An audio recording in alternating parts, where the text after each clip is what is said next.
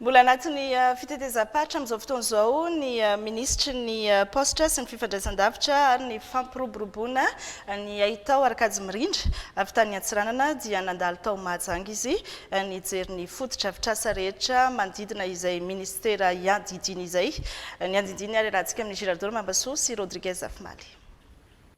Iray amin'ireo distrika Nisitraka ny fanavaozana ny postra malagasy na azo ireo smart village ary nametrahana ny hotspot azahoany rehetra internet mamepona ny distrika ny Mahajanga. Ireo asa ireo izay mbola hitoy amin'ny taona ho avy manerana ny nosy.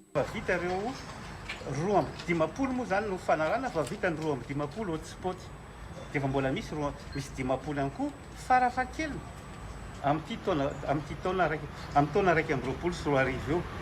Misy koa zany ireo le smart village efa nisy 50 mbola ho avy koa zany amin'ny herintaona zay le 50 manaraka.